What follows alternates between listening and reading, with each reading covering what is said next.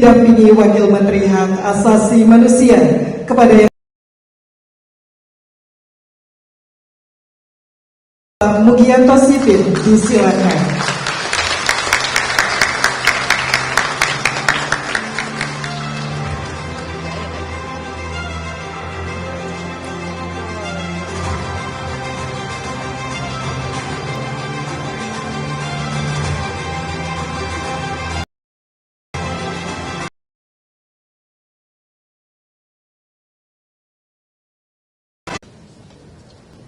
Badannya pendek,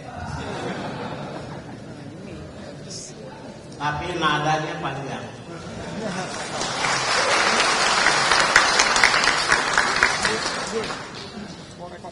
Nah, saya sudah kenal semuanya, para menteri dan para wakil menteri, lebih dari 20 tahun. Yang saya hormati, yang saya muliakan dan saya banggakan, Profesor Dr. Yusril Iza Mahendra,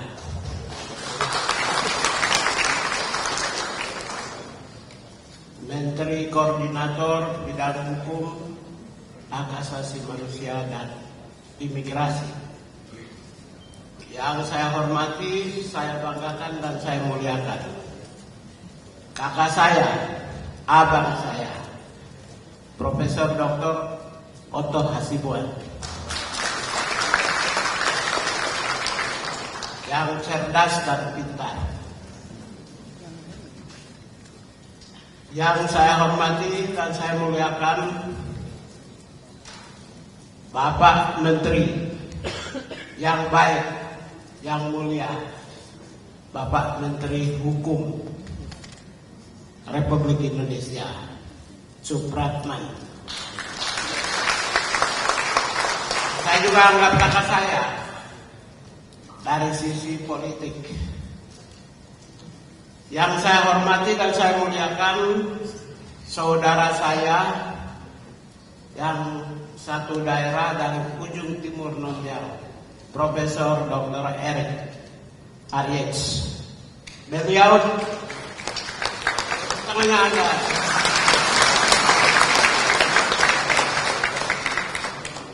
Beliau dosen waktu saya masih demo-demo di lapangan.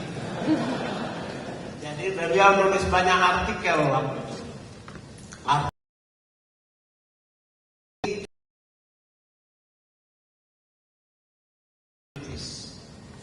Ya, menjadi spirit untuk perjuangan, mengarahkan kami perjuangan dalam koridor hukum.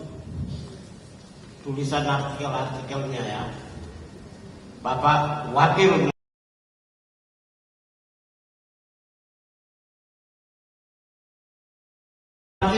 dan saya muliakan Bapak Menteri Imigrasi dan Masyarakatan, Komisaris Jenderal Andrianto. Mohon maaf, saya tidak menyebut gelar karena saya tidak hafal. Yang saya hormati Pak Wakil Menteri Imigrasi dan Lembaga Pemasyarakatan Republik Indonesia, Bapak Simli Karim.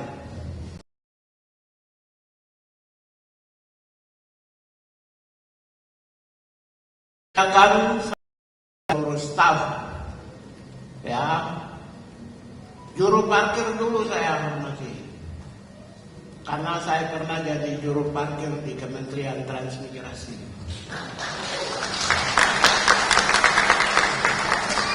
Mereka ada di sini nggak? Ada yang masuk nggak? Setelah itu saya juga pernah menjadi pegawai honor di Kementerian Trans. Jadi saya hormat pegawai honor.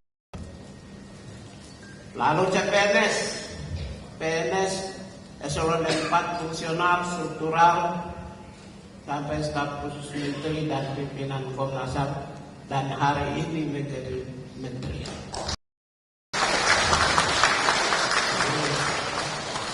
Begitu panjanglah saya mendaki Gunung Kartens dengan perjuangan yang berliku-liku. Jadi pegawai negeri, saudara-saudara sekalian, ya kita saling hormati karena belum tentu juru parkir itu tetap menjadi juru parkir. Jangan-jangan jadi juru mudi.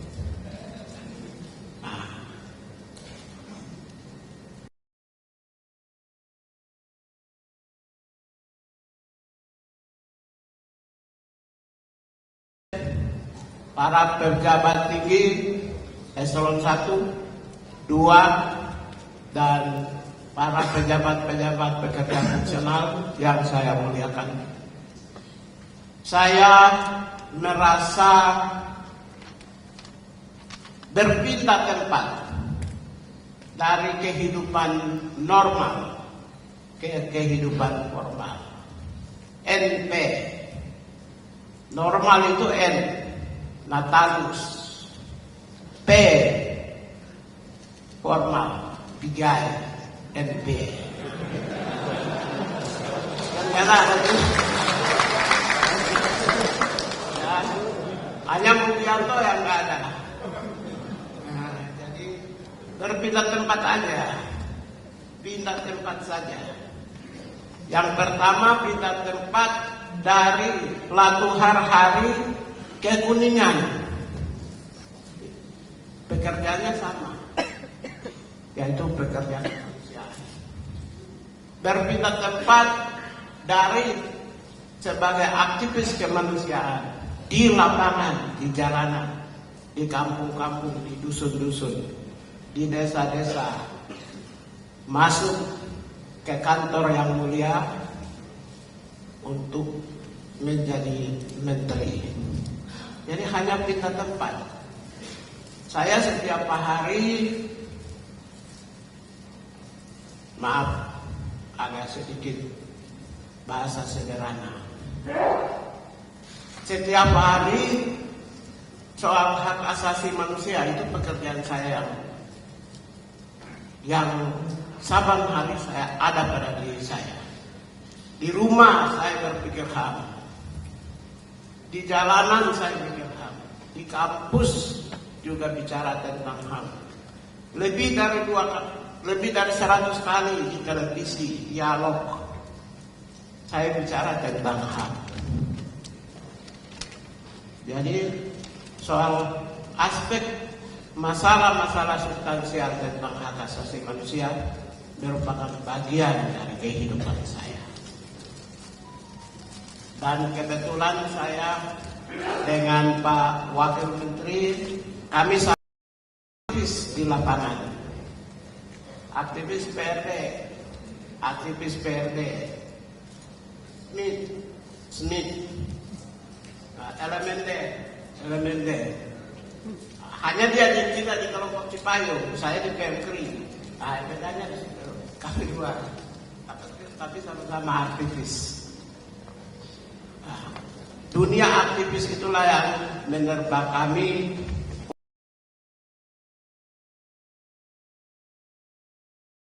progresif, dinamis, dan lebih solidar, persaudaraan, kemanusiaan, kerakyatan, keadilan, di mana aspek-aspek itu dirumuskan oleh Bapak Presiden terpilih, Presiden yang sekarang kita punya, yaitu Jenderal Prabowo Subianto, dalam rumusan pertama cita-cita, yaitu Askar Cita nomor 1. Nomor 1 adalah hak asasi manusia, demokrasi, perdamaian, dan keadilan.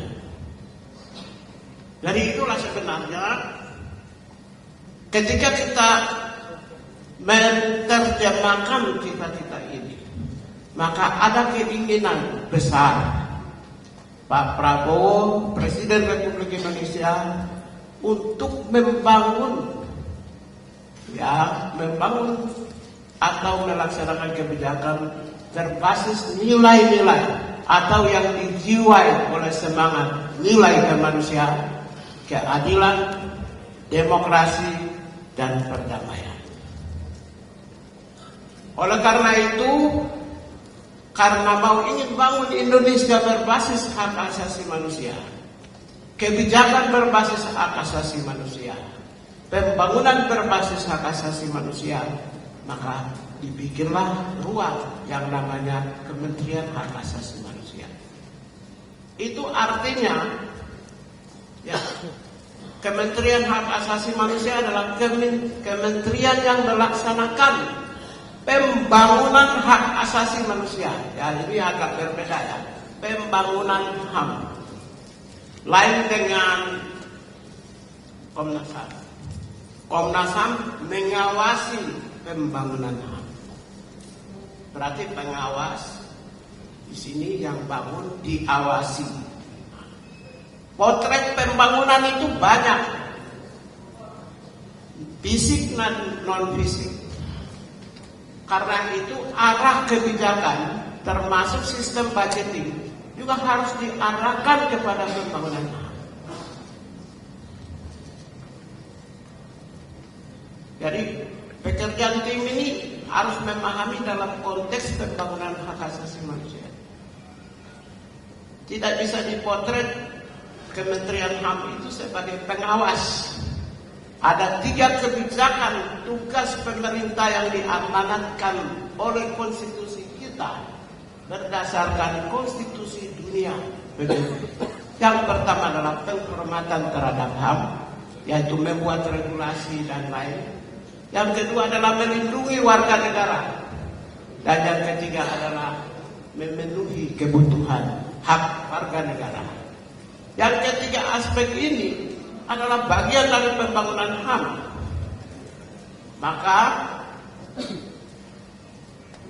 mulai dari penyusunan, katakanlah,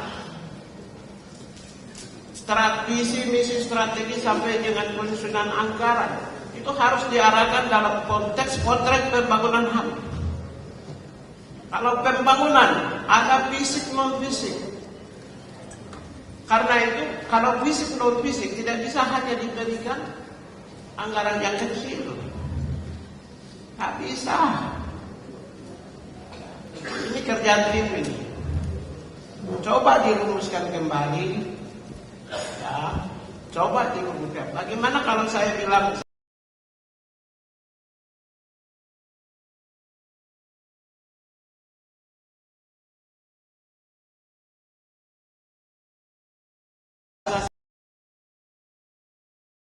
kesadaran HAM di seluruh Indonesia setiap desa, 80.000 desa. Tapi kalau saya nggak bisa, saya tidak dikasih fasilitas yang cukup. Kenapa Kementerian HAM itu dihadirkan? Berarti Presiden punya perhatian khusus.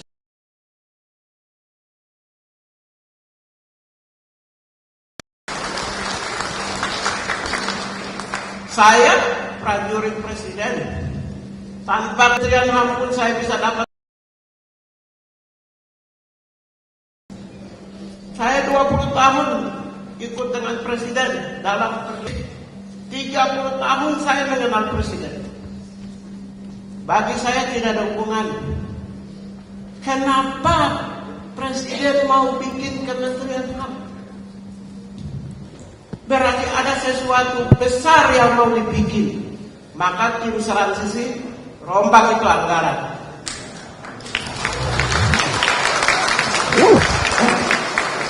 Rombak itu dari 20 triliun cuma 64 miliar. Nggak bisa. Tidak tercapai dengan cita-cita dan visi Presiden Republik Indonesia Prabowo Subianto. Sekian, terima kasih, dan